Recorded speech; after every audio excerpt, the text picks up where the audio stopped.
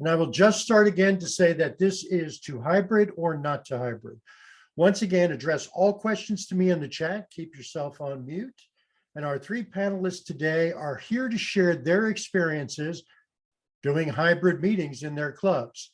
So we are now at the point in time where more and more people are interested in kind of getting out into a physical presence and not just an online presence. I'm going to introduce our panelists in order. This has nothing to do with any level of priority. I'm just saying that so Shobha doesn't beat me up. Our first panelist is Christopher Giannetti. He's currently the president of Los Gatos Toastmasters. He has a lot of non-Toastmaster interests: family, personal finance, news, technology. But he's a certified financial planner, and he's specifically on campus with NVIDIA employees in Santa Clara. His Toastmaster educational level is DTM, close to completing his third Pathways path, and one project from his second Pathways, Dynamic Leadership. Presentation mastery is already completed. So we want to welcome Christopher as panelist number one. Our next panelist is Ken Braley. Now, Ken, he joined Toastmasters in 1976, just to let you know. As young as he is, he's been at this since he was 10. So his current clubs are Santa Cruz Downtown and Speakeasy Monterey. But he's going to talk to us about his representation of Santa Cruz Downtown, which is hybrid. He's a secretary in both of those clubs, but he served in most of the officer roles in all his clubs. He's also a member of the National Speakers Association and has been for quite some time. He's a community emergency response team member as well. He likes helping speakers grow. He's interested in astronomy and technology, very common theme here. He's retired from a career in software development and web design. He's a DTM and he's close to completing his third Pathways path. Welcome, Ken. And of course, the inimitable Solarzar babysitter is Shobha Rao. And Shobha joined Toastmasters in 2011. She is president of Saratoga Toastmasters, who she's representing for the hybrid discussion this evening. She loves to cook, she loves to bake, she loves to read, she loves to volunteer, and I can specifically report wonderful hostess, throws a great party. So she's director of manufacturing at Ensurge Micropower, and she works on solid state batteries. What type of batteries are these? I want to make sure I pronounce it right. Lithium ion. Oh, lithium ion. Okay. And she's a distinguished Toastmaster, and she's working on her second path. So for all of our panelists this evening, I want to thank you, and I'm going to start in reverse order with Shobha. So what were the considerations that Saratoga Toastmasters went through when you decided to hybrid or not to hybrid? So Saratoga Toastmasters was meeting in person, and during COVID, when we went to Zoom, there were a lot of members who were interested in still meeting in person. It was not like everybody was comfortable with Zoom, number one. And number two, people missed the camaraderie and what you get in an in-person meeting, which you don't get in a Zoom meeting. So that was the main motivation to move to a hybrid meeting. And I would like to say our SCAA, Gary, is here, who has been a key member who facilitated everything to move to a hybrid meeting. And even now, he is the one who actually looks into everything that is needed at the location. Is that Gary Ackerson? Yes, it does. Gary, would you put your video on, please? There we go. There he is. Yeah, I was at, yeah, it hasn't really been too difficult. We've had some hiccups along the way, but we're going. We're about 50-50 hybrid computer and then 50% live. Okay, we'll get into more of that too as we go forward, Gary, but thank you for joining us this evening. So Ken, what were the areas that you considered in downtown for the whole issue of going hybrid or staying online? As with Shobha and probably everyone else, we get a lot of interest in meeting in person again. It's a whole different experience speaking to people rather than to a camera. Part of our challenge was that the venue where we had been meeting for years no longer was available to us. It didn't open up to the public anymore. So we had to wait until we were fortunate to find a place where we could meet, and which turned out it already had some equipment that we could use. And so we've been meeting in hybrid since June. All right. And actually, Chris, so thanks, Ken. And Chris, one of the things I didn't mention is you just joined Toastmasters in 2019. So you just got in before the whole COVID shift. I don't know how long you were in meeting in person before you went COVID, but what was that experience? And also, what was the experience with Los Gatos in deciding to go back to a hybrid, in-person online meeting? Yeah, great to be here with everyone. Similar story in 2019, we decided that we were going into the pandemic in March of 2020, had a good 6-month run in person at the Chamber of Commerce in Los Gatos. That was fun. Probably 15 to 20 people would meet up there on a weekly basis, Tuesday evenings at this time exactly. And then we didn't want to stop meeting just because of the pandemic. So we went hybrid. We adopted Zoom, of course. And then when we started to get to the point about a year ago where a lot of people were getting vaccinated, people wanted to get back in person, things were getting more relaxed in grocery stores and in workplaces, we decided, well, let's not just drop that. Let's have that be a value add for our club. We can be in person for those that are comfortable with it, with the right precautionary measures. And then we can also have a simultaneous hybrid session. And as you can see behind us from 6:30 to 7:30, literally my Sergeant of Arms, Alex Sandoval, is setting up right now in a conference room that we rent for a discounted price at the Los Gatos Office Evolution location. So it's worked out really well. We needed a new location anyway, something more modern, something more appealing for our existing and new members and prospects. And it worked out really well with the technology and kind of everything turnkey. Actually, that's an interesting point you raised there, Chris, and it goes back to something Ken said. It's really about venue and finding one. So, Shobha, did you and Gary, were there issues in were you able to go back to your previous Saratoga location, or did you have to find a new location? You're on mute. Similar to what Chris said, we also lost our old location where we were meeting for quite a long time in one of the churches at Saratoga.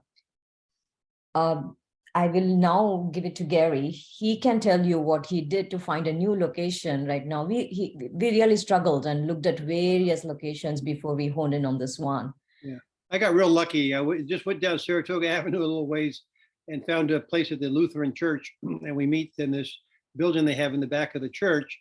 And the church, the room we meet in has a large TV, which is, you need a large TV if you're going to meet hybrid, so you can see the other people. So we had that in there, and they made a deal, and we've been there ever since. Okay. Now, Yeah, Ken, we you did said- look at a couple of other locations also. sorry. There was other churches, but then again, it all finally comes down to cost. So it's Yeah. not like it's easy to get it going. Even with this church right now, we do find it a little bit expensive for what we are looking for, but still we are going along with it. So let me ask a free-for-all question in the sense of, in terms of facility, like Gary, you said you looked for a TV. Chris, you say you've got kind of a professional center there, and I could see the TV in the background. How was it for you, Ken, when you went to find, do you have technology in the place, or do you have to bring all your own technology? We have technology. Let me see. We have technology in the place. It's the Santa Cruz County Office of Education and one of their meeting rooms, and they have a big TV on the wall. They also have a camera and a computer and a speaker and all of that.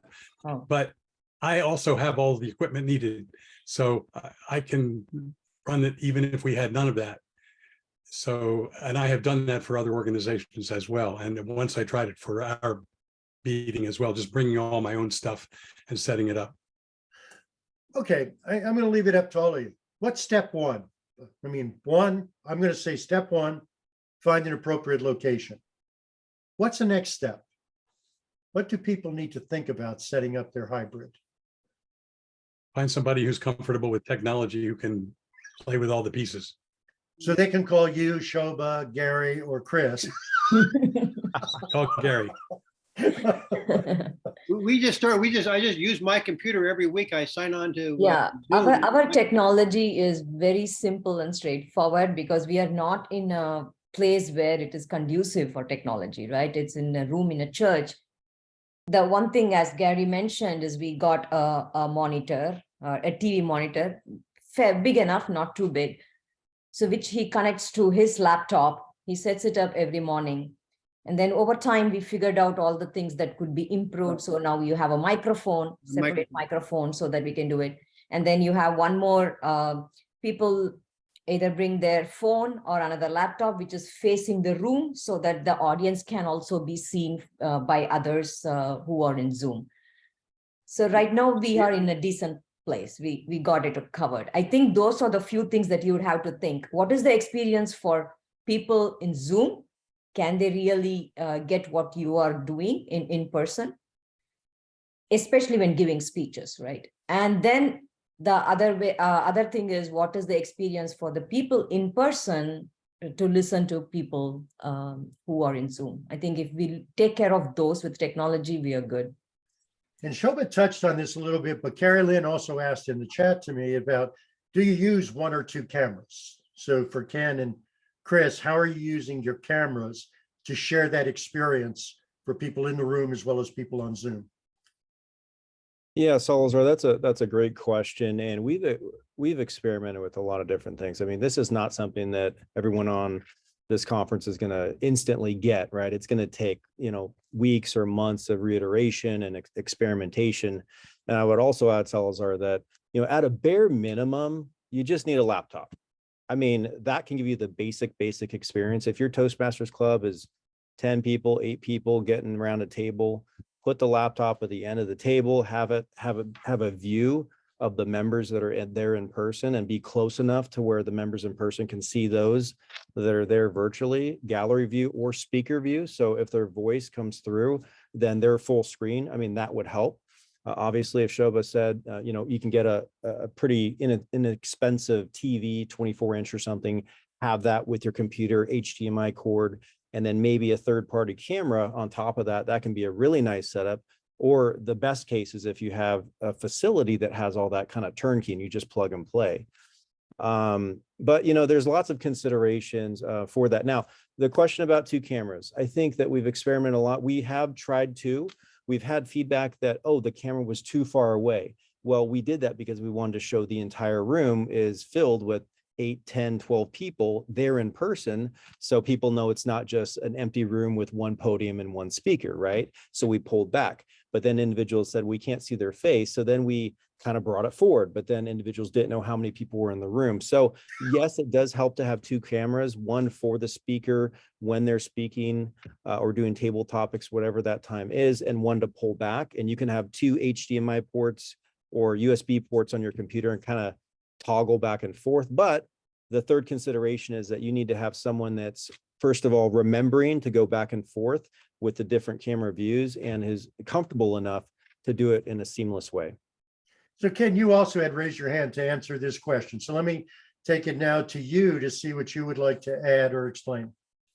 We have a main camera, which is aimed at the lectern, which our little Toastmasters lectern we put on a table, have that as with our banner as a background.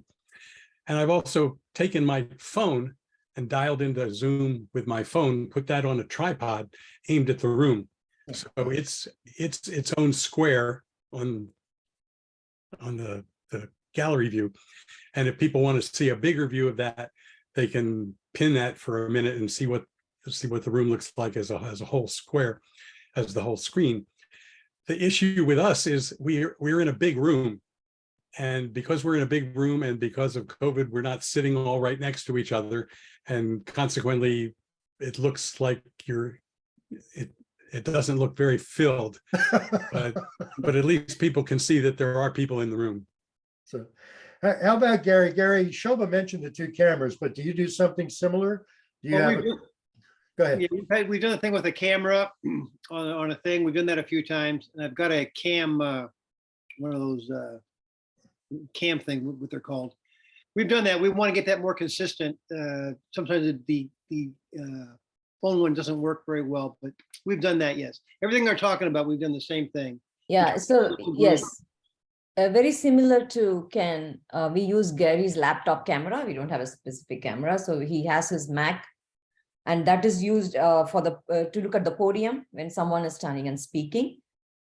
And to look at the room, that second camera, we put it on some days and some days we don't. It depends on the mood of the day and depends on the speaker, especially a speaker, if they are walking around and they want to give their speech in the room, then we focus that way also. But the one facing the podium is always there. Well, again, there's a couple of questions that are kind of rolling together, I think, as a follow-up. And so let's try this. Is one of the things that Carrie Lynn is asking again, is there like a Zoom master role or technologist role that you've added? Now, it sounds like maybe Gary's serving that for Saratoga speakers. No, but how about in your clubs? Now, Ken, it sounds like you might be doing that for downtown Santa Cruz Toastmasters. Scott Bradley and I kind of trade off. We don't have an official Zoom master or tech master or whatever role. It would be nice if we did, but we don't have enough members showing up that we can assign that as a role that somebody. It's hard to be the tech person and have an active role in the meeting. Right. And so we don't have enough people there usually to just give that over to one person. So we do the best we can. Okay, how about you, Chris? In Los Gatos Toastmasters. You know, I'm going to bring it up tonight, and I wrote it down on my officer notes saying that we need to designate an individual formally to be a tech chair. And I think that we found that if one person knows it, it's okay, but it's manageable. But if I'm sick or I just can't be there, some family obligation, then the show must go on, right? So we need to have a backup, at least two people that know what the process is. You always have to have that redundancy training. Ideally, what we did is we had two sets of cameras and two sets of stands and kind of two setups. So even, one person usually carries the equipment with them, but if they can't make it, how do we do the handoff pretty seamlessly? So we decided to duplicate the necessary technology to do that. Okay. One thing that came up was cost because of facilities. So you even mentioned, Shobha, that Saratoga is now paying a little bit more than you wanted to. But Chris, this professional facility behind you, obviously the members committed to actually funding that, I'm assuming. Yeah, it's part of when I came on 3 years ago, is whatever the Toastmasters dues were, 45 every 6 months, plus I think another $41 or $42 for the club.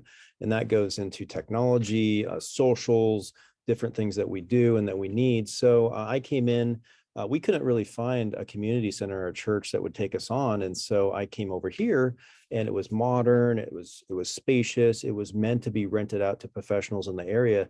And I said, hey, we have a lot of professionals that are self-employed or in tech or whatnot, and they want their own rental facilities anyways. Let's invite them in to this place, which is your business. You give us a discount. So I think we negotiated a monthly rate of like $15 a month just to kind of have access to the facility. And then we rent the room for a discounted rate of $30 an hour per meeting. So yes, that does add up, but it works well for us, and it's worked well on a consistent basis with the funds that are coming in and the expenditures that we have as well. So Kenning, Santa Cruz downtown, has there been any additional expenses with the going to hybrid? Not at this time. Okay. All right. Probably just the technology, I would say. Yeah. Yeah. Now, Gary, it does sound to me like, based on what Shobha said, that you are, for Saratoga, kind of standing in as kind of the tech chair guy. You're doing the setup, you're doing the connections, you're doing everything else. So the question I have for Saratoga, for both of you, is what happens if Gary's not there? So In the actually, room, I just want to say real quick, in the room where I meet, there's usually people that are there each week. Dan Rashland is the guy that's there. He knows what's going on pretty well. Heather, who's going to replace me as Sergeant Arms, she knows pretty well. They're there every week.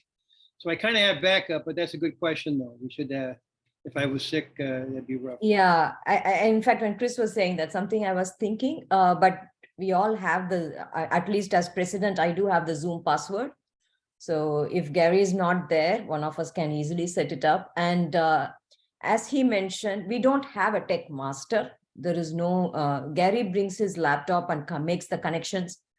And after that, it's pretty much, it just goes on, right? There is no specific thing. Nobody's monitoring, nobody's spotlighting or doing anything of that sort. Well, I just wanted to address one more thing that Chris said. What are this expenditure the club put in, right? Other than the technology part, the couple of things we bought in the club, just because I am particular about COVID and the fact that, and as Ken said, you all sit far apart, it really looks bare, I should say. For us, our room is not that big. It's fairly small and we do have tables. We sit reasonably apart, but then we spent on having sanitizers. Gary ensures that it's all sanitized before the meeting. And then we bought 2 HEPA filters, one near the podium so that when somebody is speaking and one at the end of the room, because we do have breaks in our meetings where people socialize for 10 minutes. So we did some extra, these are some extra expenditure that not simple, but they are reasonable that we did spend for other things. Wait, that leads to a question that wasn't on the list. So I'm going really off of that. Do you have any requirements for guests? Do guests have to show proof of vaccination? Do you ask them to mask? I mean, do you have any, since you're now meeting in person, do you have any requirements? Yes, Chris. So what we did is we saw this as an opportunity to keep individuals safe that are consistent members, but also give those that are guests an opportunity to join us. So we see this as the sneak peek, right? So you can have a hybrid setting and say guests are only allowed via hybrid and on Zoom initially. You can join us once, twice, 3 times, and then we're going to ask you to join. And once you fully join, then you have full member privileges and you're able to join in person. So we kind of use it that way. And we say the expectation is that guests that are just kind of in and out, kicking the tires, okay, join us on Zoom, observe a meeting, maybe participate a little bit, see what it's all about, get yourself excited. Then if you think it's a good fit with the culture of the club and everything that's going on, sign up and meet us in person and have the option later on to join virtually or in person as a full member. Yeah, that's an excellent thought. How about Santa Cruz downtown, Ken? When we meet in a county Office of Education building, and so we go by whatever rules they have. For a while, they had a rule that anybody in the building had to be masked, and so that was our rule. They've relaxed that rule, and so some people wear masks and some don't. Okay. And you have no specific requirements for guests, is what you're saying? No, we've had guests show up online and guests show up in person. Okay. All right. And then Shobha, because you talked about the immunocompromised situation, but do you have requirements for guests, or do you something like Chris, meet us online first, then come later, or? We don't have restrictions on meeting online first because we have guests coming in mainly because they can find something that's in person. So that's one of the main reasons guests have given us for coming to our meetings. And we don't have restrictions with regards to masks because it's up to the person whether they want to wear mask or not. We do have masks in-house. If they want, we can give them if they want to be safer. And it goes for the members too. It's up to them to wear it. And that's one of the main reasons why we have these filters and leaving the doors open and all that, just to make sure it is facilitated well. I personally, as you know, Solarzar, I am immune compromised. So I do go to the in-person meeting and I wear my mask. Sometimes I give my speeches with the mask on. Everybody sees me with the mask. I guess it's all up to each person, whatever they are comfortable with. And so besides your members, I'm sorry, I kind of jumped in there quick. Besides your members, as the in-person, have you seen any increase in interest because of the in-person meeting? Chris is shaking his head. Yes, he has. Yes, we have. We it's a transition, right? And going back to that other question about protections, just real quick, we did agree as an officer committee to say, let's transition into it. Let's follow the protocols in the public by the county with the buildings and the workplaces. And so it was, for a long time, it was mask only, right? And then we also required proof of vaccination as well for members and guests. And then when we started to get, 4 people, 5, 6, 7, 8, and then things started to relax, we transitioned to more Shova's expectations right now. But it has been something we're shifting over time for sure. And then Salazar, repeat the question one more time, please. Well, what I was saying is, I'm feeling vulnerable. So actually, what I was saying is, have you seen more interest from guests to come in person versus when you were just online? We have had a lot of guests say, we like that you're both. We like that we can be here. If we're sick, we can still join a meeting virtually. We like that we can be here in person. We're seeking that interaction. It's very normal. So there's been an uptick. I mean, our room can hold maybe 20 max, and we're getting up to like 12, 14 people in a meeting. So you get to the point to where you start to outgrow your space, and you have to think about the size of your club and your venue as well. How about you, Ken? You mentioned membership also in Santa Cruz. Have you seen more interest in people wanting to come in person than when they were online? I think so. I haven't really tracked the statistics, Sure. but most of the guests that have come in the last 2 months have come in person. In person, right. Yeah, people seem to want to be able to get out. Are you finding that, Shobha and Gary? They want to go and do something. I can just say from my personal experience, because I do get, when the guests come in, I also get the emails when they approach us. And I have seen, except for 1 or 2, most of them, they say they come here because of in-person meetings. And of course, our club meets on Saturdays, which helps for them to come in as well. And what was the question again? Sorry. So if a plane is leaving Chicago O'Hare. Okay, yeah, No, just need to get to no, California. It was really, have you seen more interest from guests wanting to come to an in-person meeting versus Yes. an online meeting? Yeah, the answer is yes. In fact, I know Gary doesn't know this because I got an email last week, 2 people who wanted to come in. And I told them, I always tell, whenever I send the welcome email to anybody who has approached us, I say, this is the Zoom link and we're also in person, hybrid, it's up to you. And they said, oh, no, we are coming in mainly for in person. So I'm hoping to see them this Saturday, 2 more guests, right? So that's what many of after that, they will go hybrid. There'll be Zoom someday, depending on how lazy you are, how far, if you can wake up in the morning at 8 on a Saturday. So it's either Zoom or hybrid, they decide. But at least the initial days, they are enthusiastic about seeing in person. One of the questions Ken had added in our email conversation, you may recall, so I'll start with Ken, is how do you handle voting for best speaker, best table topics, best evaluator when you have people online and in person? It's a bit of a challenge. And generally we designate somebody either online or somebody in the room who has their computer with them as the person to receive votes. And if the people in the room vote and the person who's the ballot counter, vote counter is online, then we have somebody in the room that we pass all the votes to, and they count them up and send the totals to that person. And for feedback, when people write comments, we have, if it's a person in the room who's given a speech and people write little comments, then we have somebody in the room who collects all the online comments and will print them out later or email them to the speaker. It's kind of a kludgy thing. So we haven't figured out a really great way to do it, but it seems to work. Still evolving is what you're saying. Mm-hmm. How about you, Yes. Chris? How have you handled that with Los Gatos Toastmasters?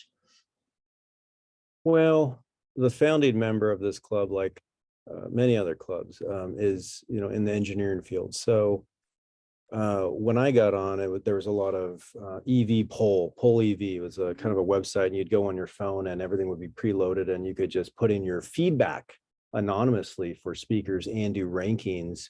That's evolved to be Google Forms. So anyone that knows how to go to Google Forms on Google, and then you can start a free form and kind of fill it out. You can build a sectional kind of document, online document that everyone can fill out at the same time, whether they're online or they're in person, and feedback for your evaluators and best table topics and whatever you want to put on there is fully customizable. Now, how does everyone get to that link, whether you're in person or online? Online, we know that you can click on a link, but what was coming around a while ago and now it's coming back is QR codes. So a little QR code, and someone online can scan it with their phone or get on it and get right to the link. They'll have it. Someone that's in person can scan it on a printout or up on the TV, and everyone goes to the same Google Forms document to fill out their feedback. So that's how we do it. So essentially your members bring their phones into the meeting in order to do their voting. Is that correct? Am I saying that right? Yeah, I'm pretty sure that almost 100% of members that are in meetings have a phone on them these days. So it's a great tool to have around. And yeah, you can use it to do feedback instead of writing it down. Okay. Shobha, how about Saratoga Toastmasters? We do very similar to what Ken said. So there is a ballot counter online most often. Depends, ballot counter can be offline or online. Whoever has taken up that role that day.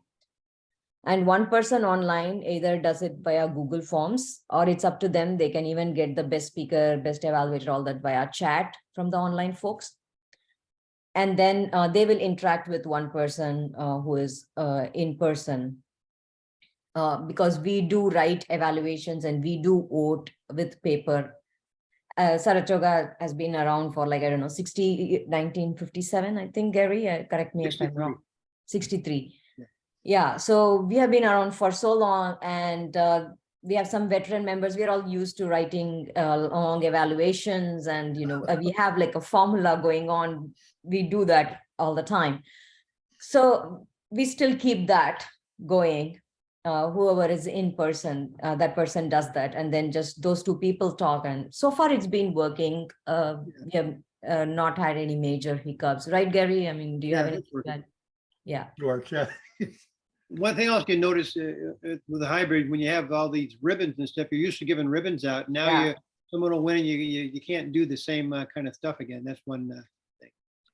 But I have seen a club that was an online club actually did backgrounds. They did background ribbons. Switch to the background and say, best speaker, boom. Yeah, there's tons of stuff you could do. There's tons you can do with this. But it's not the same as them having a ribbon and putting it up at their desk or something else at work. Chris, you put your hand up, but I had a follow-up question for you as well. Do you find, other than the fact you're using phones for the QR code, have phones ever been disruptive in the meetings outside of that? Do you ask your members to mute or anything else, or turn the ringer off? Or it hasn't been a big issue, honestly. I mean, most people have their phone with them. Maybe they have it flipped over, or they can silence them. Actually, our Sergeant of Arms, to tell you, now that you bring it up, does mention please silence your cell phones to prevent interruption. So that is something that's a general disclaimer and ask before we start the meeting. Don't talk about religion, sex, violence, things of that nature. I mean, we try to then why go to your meetings? Structure to the meeting. Solarzar, another point that I think is extremely valuable and a value add for every Toastmaster, whether they're virtual or in person, is the ability to seamlessly record speaking engagements, to record the entire meeting. And everyone has to give consent, of course, but how did we do it before? Maybe some clubs aren't even recording speeches, and so you don't really even know as a speaker how you did, how you came off, how you presented, how many ums and ahs. Yes, you're getting feedback from your evaluator, but can you really go through that time period in exact form? No, most of the time you can't. So when you have, even if you have no one on the Zoom channel, right, the Zoom platform, but you initiated at the beginning of a meeting, you're going to be able to go back and kind of crop the beginning and the end and have a nice recording of your meeting that maybe lasts 3 days, 7 days, whatever it lasts in the cloud. You can dictate that. But we always encourage our guests or our members to go back, review your speaking moments, learn from them, and observe how you performed. Absolutely invaluable point. There's no question. A couple of questions have come in from Pamela, which I think go to another area I want to shift to. It's a little bit back to where we started. It was really the idea of the technology of the audio, the video. And what she asked is, if there's not enough bandwidth in the room, would a hotspot work somehow? Are you using a hotspot, Ken? Are either of you using hotspots in Saratoga or Los Gatos? You're shaking your head, Chris. I'm assuming you do. No? In a pinch, we have, if the Wi-Fi was down or didn't work, you got 5G, you got 5G LTE in most areas. Even, just regular LTE, the generation before 5G works fine. And it's a pretty good experience for most people. Ken, you were shaking your head no before I go to Shobha and Gary. No, we have not used a hotspot ever. We had one time when a couple times when the room was going to be unavailable to us. And when we knew in advance, even just the night before, that the room was going to be unavailable to us, it became a Zoom only meeting, back to the way it was before we had hybrid. Okay. So, but we have not used a hotspot. Gary, Shobha, have you? We just have the church has this one link. We get that every week. We just get on there and use that. We had some problems early on. I had to call them a couple times to strengthen the signal or to do something to it. Now we got a good, strong signal, but we just use that. So Chris, when you said you used a hotspot too, did you use it from a phone? You just, like you said, you used a 5G LTE phone or? Right. You can use it. You don't need a special device. A lot of, someone in the club can, add it to their plan for maybe $15, $20 a month, and it can be subsidized and reimbursed by the club if needed, just like a Zoom platform. But yeah, I have it on my phone or my work phone, and you just start it up, and then your computer recognizes it as a Wi-Fi network, but it's going through cellular, and it works really good. I mean, I could probably just pop it on and shift from Office Evolution Wi-Fi to my phone right now, and no one in the audience would even know there was a change. So I mentioned they were kind of going back also a little bit to this whole idea. You were using 2 cameras in most cases. You were trying to show the room, trying to show the speakers. You're taking that into account. But let's also talk about the audio. Are you running computer audio, or are you running a microphone from the computer audio, or a booster to the speaker in some way to bring any speaker on Zoom into the room in a larger, and vice versa, from the podium back to the Zoom platform? How do you manage your audio? Speaking for us, very simple. I just get the main computer hooked up, and then we have an additional microphone. I hook that up, and that's all we use, and that's enough sound. Prior to that, we did have a low sound. The computer was not strong enough, I think, and then we got another microphone. Now it's okay now. Shobha, you guys hear everything? Everything's fine now. Yes. Right? Yeah. So with regards to audio microphone, as Gary said, we did have issues, a lot of issues while using the laptop microphone, because people do stand in front of the laptop near the lectern and speak. But even then there were issues. So that's the reason for the microphone. But the speaker, so far, the audio has been no issue. We have been able to hear it very clear, loud and clear in the room. So we've not had any issues. Nothing special for that. Ken, how about you, sir? With the equipment that we have that comes with the room, it has a combination speaker and microphone that gets plugged into the computer. When I've taken my own equipment, I have a Blue Yeti microphone that I'm using right now, and plug that into the computer, and also have a Bose Bluetooth speaker that fills the room easily. Chris, how about you? Same, because you've got technology in the room as well, but. Well, we have different options. So bare bones is just blast the volume on your computer and use the mic on your computer. Next level up is to plug in like a Logitech, USB camera. Those usually have a really good mic embedded in the camera. So it doesn't use your computer camera. It uses it doesn't use the computer mic. It uses your camera mic. Yeah. So that's good. What we have here, we're fortunate to have a conference phone setup in the middle of the conference table. So it's like nice. like a boardroom setup. And what we do is we get into Zoom, and then we say, let's use the audio, and we call into that number on that phone, and then we sync up the video that's in the room with the audio from the room, and then they blend into one profile on Zoom. So, when people online are speaking, I mean, they're loud and clear. They're right in the middle of the room. We can turn up the volume. It sounds like they're there with us. And when we're speaking to them, because the conference setup has 3 different mics on that device in the middle of the table, they pick it up very well also. Sounds like you have a really beautiful setup right there. So now, go ahead, Ken. Just, it's important to, I think, remember that the microphone and the camera and the speaker should all be connected to the same computer. Sometimes, particularly with Zoom, especially with Zoom, because when Zoom picks up whoever's speaking or wherever the sound is coming from, and that's the square that gets lit up. And so if it's somebody else's computer, then, you might have to do some syncing up, as Chris said, but you want to make sure that if it's all plugged into the same computer, it works best. So then a couple of things I'm going to play back, and you guys can tell me if I'm getting this right or I'm getting it wrong. Let's start with what Ken started. We should really have a central computer, should have a central microphone and speaker that's due, but you could have multiple, but they've got to be in the same computer if you needed it, if you needed to have multiple microphones per se. It just has to all be in the one speaker or computer. Is that correct? Or did I go too far with two microphones, Ken? We've always used one mic. Okay, all right.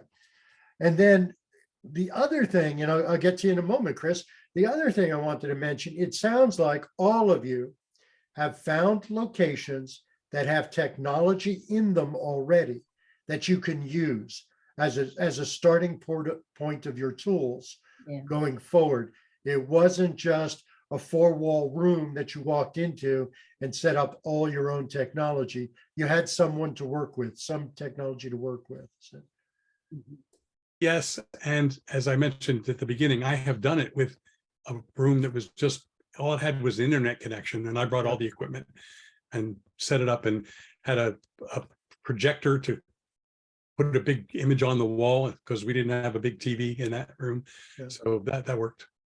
All right, and then Chris, you had also raised your hand when I first started on this path.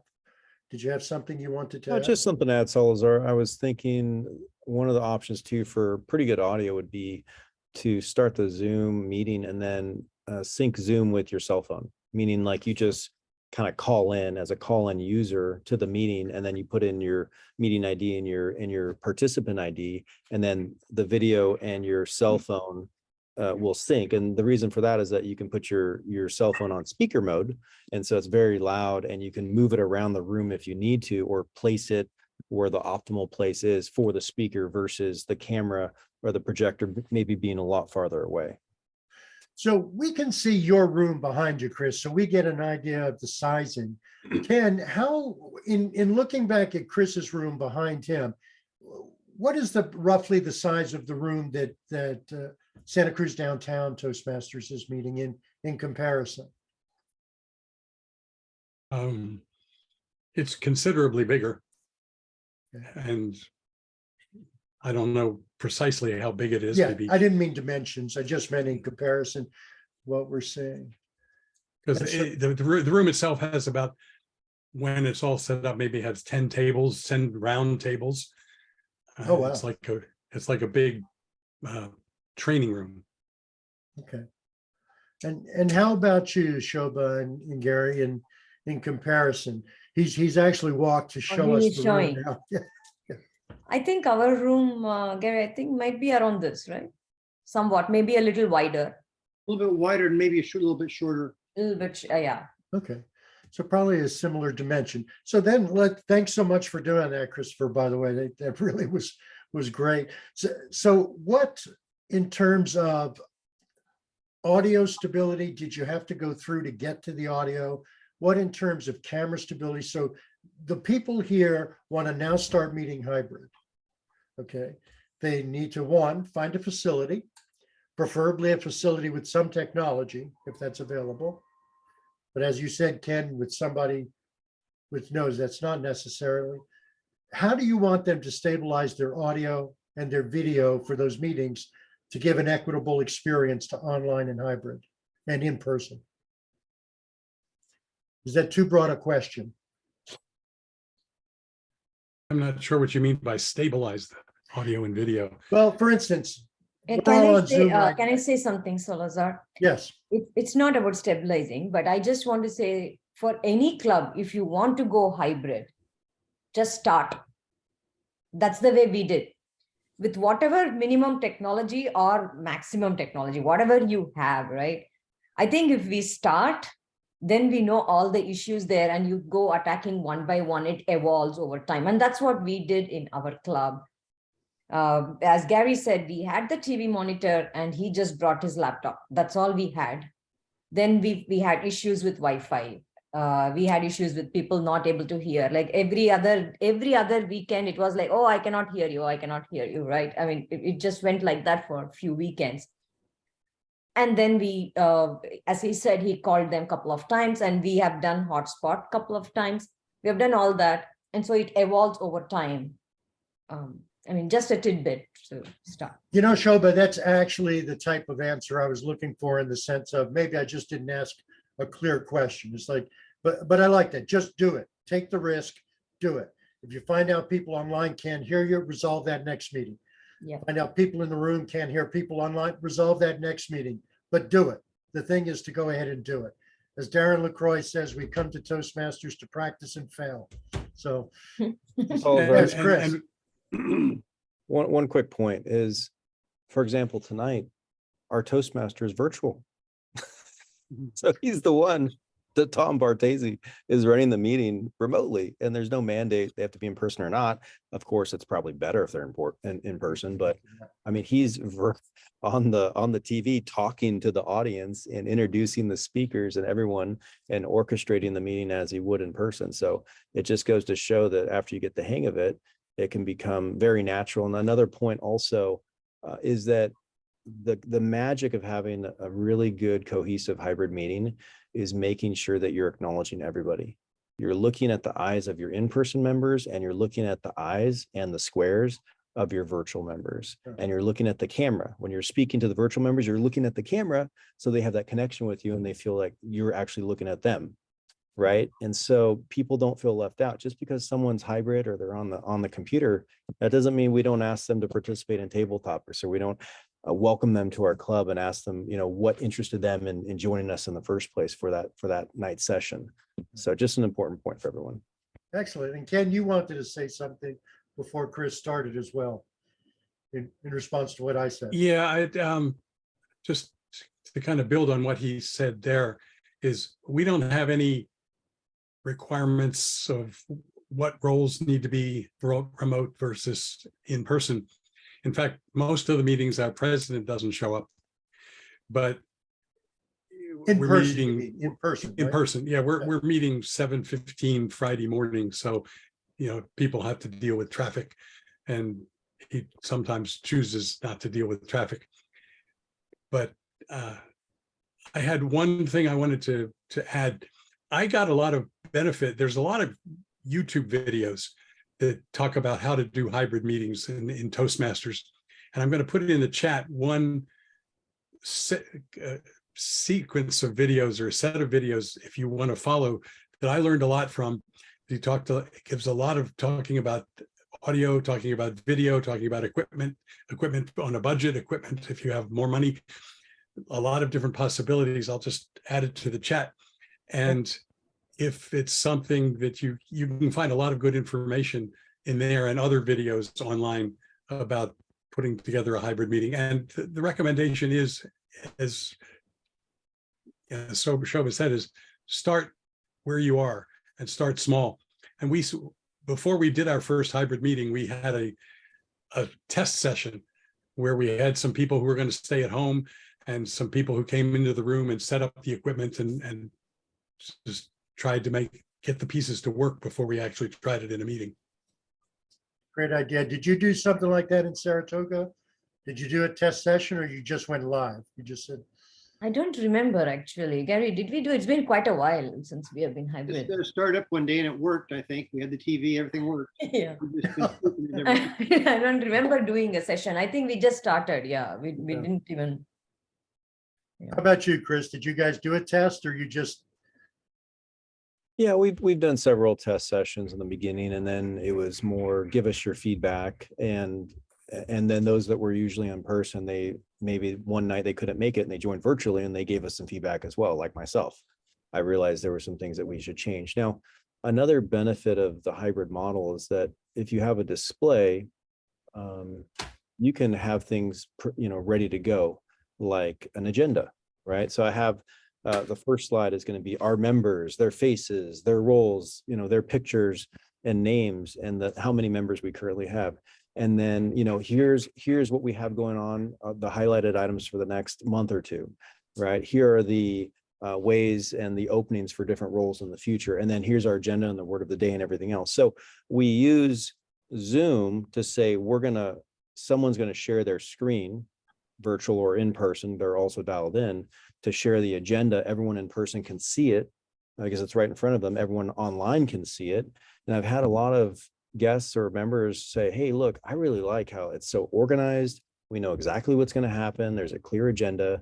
And for the other thing that we do too, the last thing I'll say is that we print out the agenda and the QR codes, and for those that are there in person, we hand them out as a handout that they can reference and write on as well.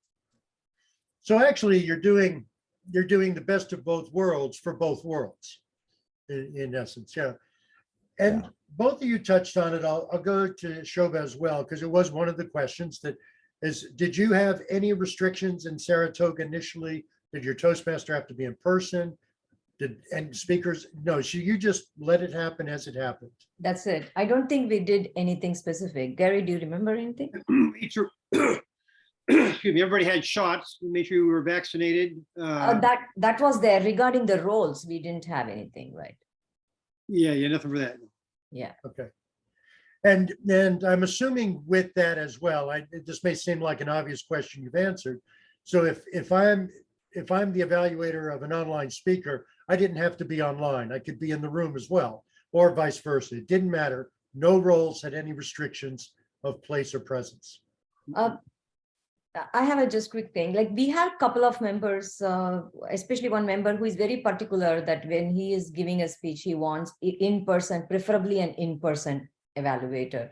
So when people speak up, we try to accommodate so that, it all depends on that day who is speaking. If they're particular, and we just. If they have a preference, but the club Preference, itself doesn't yes. have one, that type of thing. Well, actually, you guys have covered a great deal of information. What I'd like to do is throw it open to questions from the attendees. If you'd raise your hand first, so we could recognize you. If you have any questions for any, all, or however you would like to go. And Ken, one thing, your Marcus Presents in the thing, it's not a link, but that was your intention, right? If you search on that in YouTube, you'll find it. You'll find it. Okay, thanks. Wanted to clarify that. So does any of our participants have a question they would like to ask our panelists? Diane? Yeah, just to be clear on how hotspot works. So if the building does not have Wi-Fi at all, if somebody has hotspot in their plan, they could use their cell phone to do that connection, and it would run the meeting effectively. Is that accurate? I think you have to make sure you have a good signal, Yeah. because you could sometimes have, even from where you are in a phone, have a poor connection. Sure. Okay, And unlimited data. thank you. Don't have to, but if you don't, Yeah, Our big bank account. use that Either real way. fast. sounds good. Just looks like basically a personal hotspot, iPhone, Android.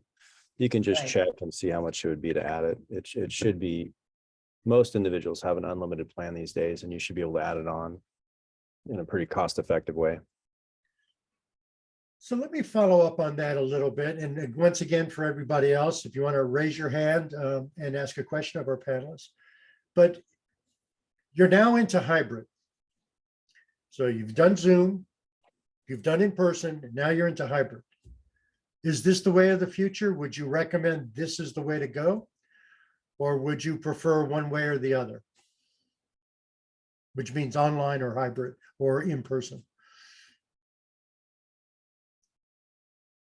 Go Well, ahead, I'll Ken. just add a quick comment. I think that when it comes to different things like recording the meeting, I mean, that's an obvious plus.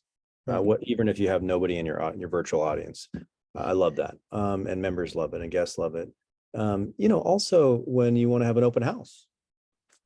Okay, so maybe, you can use technology to scale. You get the word out, you get the flyers going, you say, hey, join us virtually to see what a meeting's all about. And when they do, you can have 20, 30, 50 people just kind of showing up to kind of see what Toastmasters is about. And maybe have a 10% rate of individuals that are curious enough to come in person later on, and then go into full membership. So there's a lot of little benefits there. But yeah, it's been a road, it's been a journey. We've experimented with Google Meetings, with WebEx, with Zoom, and then now everyone's pretty comfortable. But we realized we couldn't jump around from platform to platform. We just had to pick one and stick with it, and just have that be the standard. Ken, you had your hand up as well. You had something. Yeah, just comment on, I think this is clearly the wave of the future. I mean, we're in Santa Cruz. Most of our members are local, but we have one member from Fremont and one member from Denver. And that's likely to continue. The thing for me, I mean, at our last meeting, there were 3 people in person and 15 people online. I would like, and it varies. Sometimes, we've had meetings where 10 people came in person and 7 people were online. But I would like to have more, if I'm going to be there in person, more people there in person as well. Yeah. Yeah, I think I would agree with Ken. Same happens for us too. I'm sure Gary would agree, because he goes and sets it all up in the morning. And sometimes we have, I think minimum we have like 5 or 6 people in person maybe, and max could be like anywhere between 10 to 12, 13, something like that.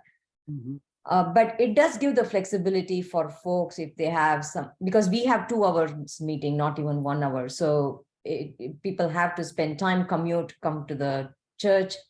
It helps if they want to do online. So hybrid, I think, is here to stay. It's not going to go away.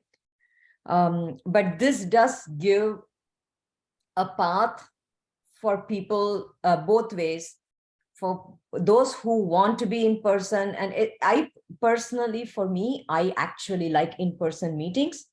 Though Zoom gives me the flexibility, there are days when I actually just Zoom because I'm sometimes lazy.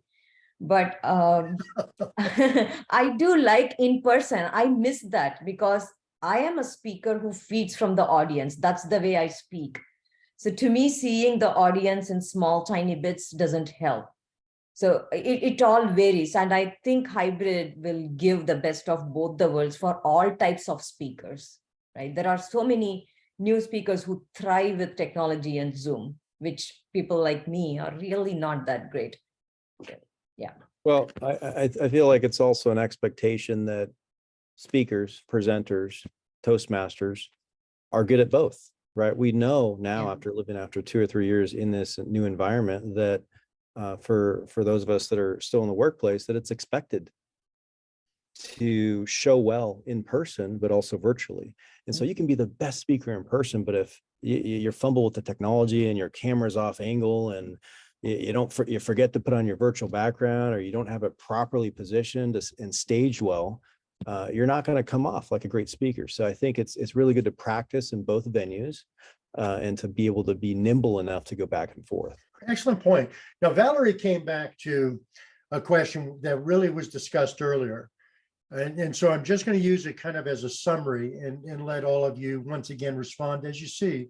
But you find increased interest in person or versus online? Do you find increased interest in attendance in person or online? And one of the things I'm going to summarize here, but please all of you jump in, is that it seems to me that you found that it goes both ways. As even Shobha said, there are some days you don't even go in person, you'll go online. Chris pointed that out also, as you did as well, Ken, talking about. But I think I want to go back to something Chris said when he said it gives you the opportunity to scale. Go ahead, Shobha, you raised your hand. Just to address Valerie's question. So there are two parts to the question, right? Yes, in-person, hybrid, both ways. But attendance-wise, or getting new members, from what I saw last year, I was not the president. This year, I was the president when we were in hybrid. Last year, we were fully Zoom. And I think the number of new members we got last year was lesser than what we did this year. This year, there were more people who we could convert to members, more guests coming in. As Chris said, if you're on Zoom, you actually can distribute your flyers. You can go and if you're very good at PR, maybe you can get more guests, but then how many will convert again depends. But I think for Saratoga Toastmasters, especially because of the timing and the way we are located, we have always had an in-stream of guests coming in all these years. We never had a dearth for guests, and they will always convert to members. That's how our club has been. And I see that this year, we actually got a lot more people coming in as soon as we became hybrid. How about you, Chris? Thank you, Shobha. Well, what were we addressing again? Just if it's more Well, popular? again, it's going back to that issue. Attendance, has it gone up with hybrid? Are people more interested in person, I mean, online? or- certainly. I mean, it's like the old adage, right? An open hand is a tighter grip, right? If you give people more options and more choice, they're more likely to stick around in the way that's preferential for them in that moment. So we use it once again as a way for people to kind of dip their toe and for them to experience what it's like. And then we know, if they show up a second week or a third week, they're interested. And then our VP of membership is saying, hey, are you ready to join? Do you have any other questions? And then we use technology also to send out like Square invoices, right, to pay dues. Or we use Trello, which is a platform to organize our meetings and our roles and our events, and people can sign up and communicate through that other platform. So a lot of what we do is paperless and it's convenient. We've kind of streamlined it. But yeah, I think we have, we usually get 1 or 2 inquiries every week. And then our VP of membership says, hey, great, our next meeting is Tuesday. Here's the information, here's the link, join us. And then we see their face virtually, and we make them feel welcome, and we make them feel that they're there with us, and they usually convert. So Pamela, before I go to you with your question, I wanted to give Ken an opportunity to answer the last one. I think it's Toastmasters. We've had a number of people drop out of the club because their work situation has changed or their life situation has changed. And it doesn't matter whether they're online or in person. And we've had people come and join mostly in person, but some totally online because they're too distant. So I haven't noticed that a particular trend one way or the other. I think people come and go for all kinds of reasons. Right. Well, and also you've been around Toastmasters long enough that people come and go. It's just period. They do. Pamela, you get the last question of the evening before we thank our guests and let them. Oh, it's a comment, not a question. Go ahead. Yeah, Go I actually have visited several times Santa Cruz Downtown Toastmasters, as well as the City Shakers, who both have hybrid meetings there.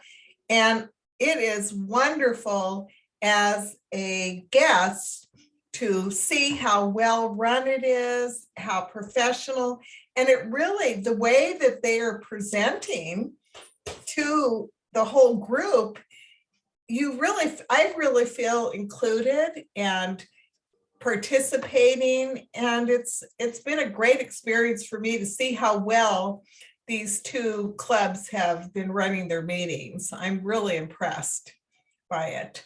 Well, thank you so much, Pamela, for sharing that. And with that, I want to, in reverse order this time, or a little reverse, I want to thank Shobha Rao and Gary Ackerson from Saratoga Toastmasters for taking your time this evening.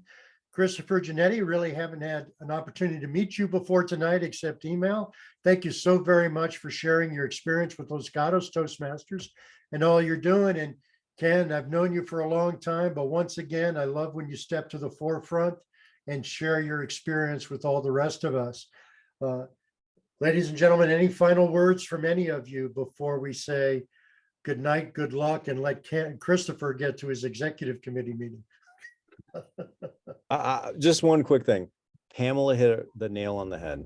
Go out there and be a guest at hybrid meetings. We welcome you. We don't expect you to join. Visit us, visit other clubs, see how they do it, learn from their mistakes and leapfrog, and then you'll really catch up very quickly. Excellent. Is there a list somewhere of which district clubs are hybrid? They're starting to compile one. They don't have one yet. The district has gone out to the division directors and to the area directors, say which clubs are hybrid. So they're trying to get a list and put it together so they can share it. And Gary, thank you for joining us unintentionally. You didn't know you were going to be spotlighted, but Shobha put you on the spot. So thank you for that. Shobha, any final thoughts? Yeah, whatever Chris and Ken said, visit our club too, Saratoga Toastmasters. We meet on Saturdays at 8 o'clock in the morning. We'd love to have you all as guests, and good luck with your hybrid meetings. Thank you, all of you, for your time this evening and for sharing your wisdom. So thank you. You've all been a treat. I appreciate your time and all that you've shared. Ladies and gentlemen, thank you for joining us and becoming a part of our panel discussion this evening. So, Thank you, Solarzar. good night. night. Thank you. all. Coordinating us. Doing this, Solarzar. Thank you, everybody. It was awesome. Hope to hear it again. Everybody needs to hear how awesome you guys are doing things. Thank you.